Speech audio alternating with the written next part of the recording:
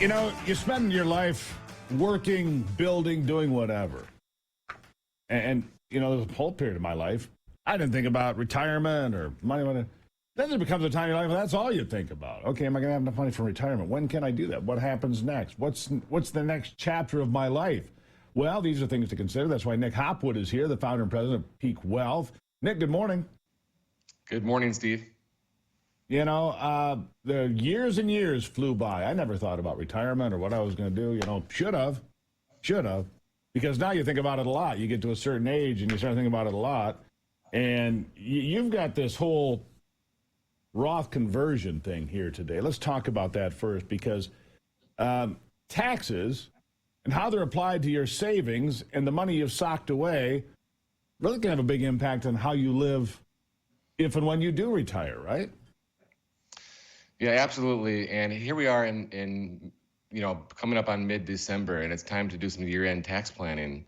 So for those of us who make estimates, now's the time to do some tax planning and see if we have to actually follow through on that.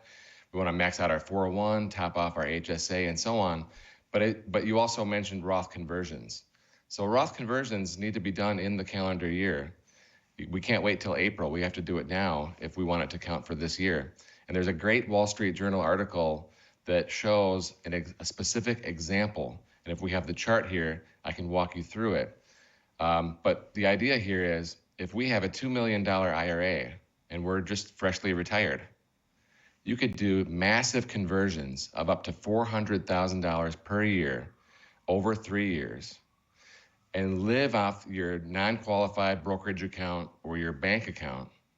And at the end of the day, when it's time to take your required minimum distributions, they would only be $49,000 per year instead of $111,000 per year, thereby saving a lifetime estimated tax of over $334,000.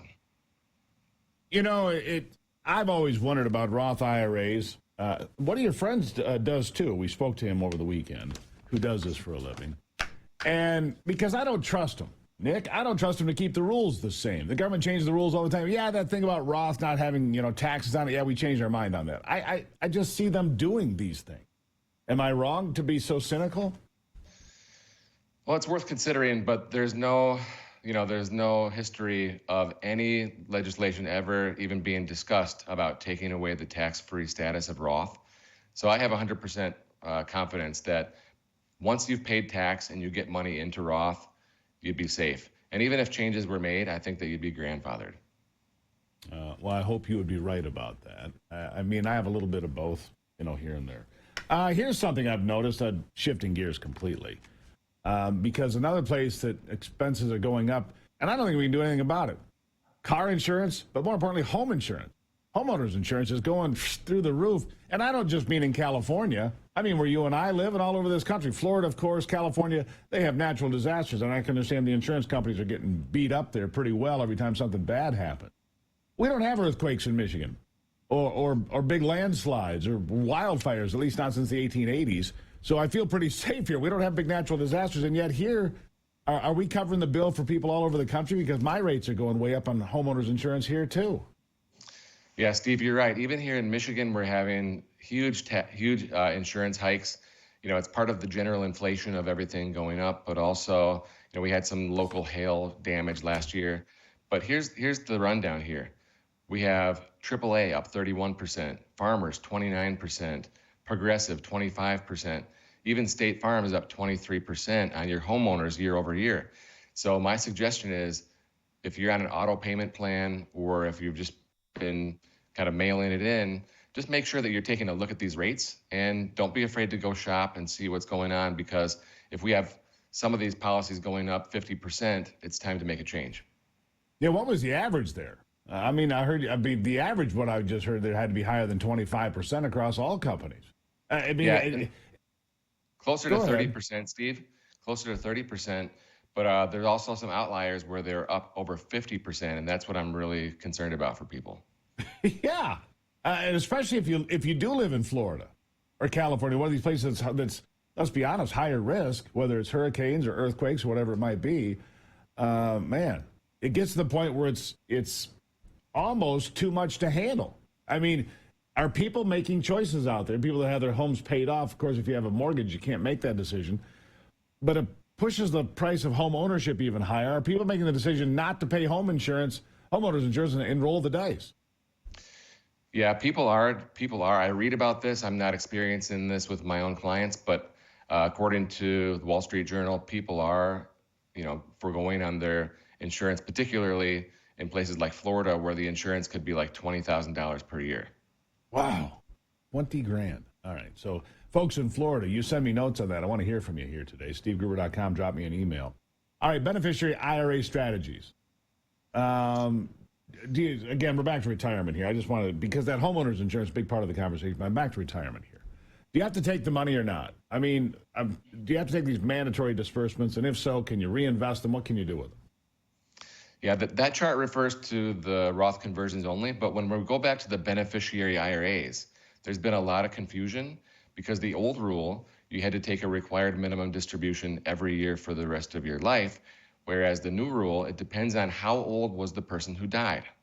So if they were already taking required minimum distributions, that means that you have to continue taking those required minimums, but the account must be drained by 10 years. But if the person who passed away was young enough where they were not taking required minimum distributions, then you will not be required to take them, but you still have to have the account drained within 10 years. So there's a tax planning opportunity here for the beneficiary, whether they're required to take a small amount or none at all, depending on their tax rates, they might want to take more and have an even distribution of that account over 10 years, because if they wait too long, in the 10th year, all of the money could be coming out, pushing them into a higher tax bracket. Sure. All right, last quick topic here. Small business owners, you have to set up a 401k now if you want to do it for 2025. Like you said, you cannot wait until April. Joe Biden will still pay the cost. He won't remember, but he'll pay the cost for you to do that right now. A properly designed 401k, you believe, is head and shoulders better than a simple IRA and certainly better than no plan at all. What do you say? There's no question. So whether you're a small business owner doing a SEP or a simple or no plan at all, okay, the 401 is going to be better than them across the board. Gives you higher limits. For instance, if you're 60 next year, you're going to be able to do nearly 35 grand into a 401, whereas if you're my age, if you're 45, you can do 23,500, much better than any other limits with other plans.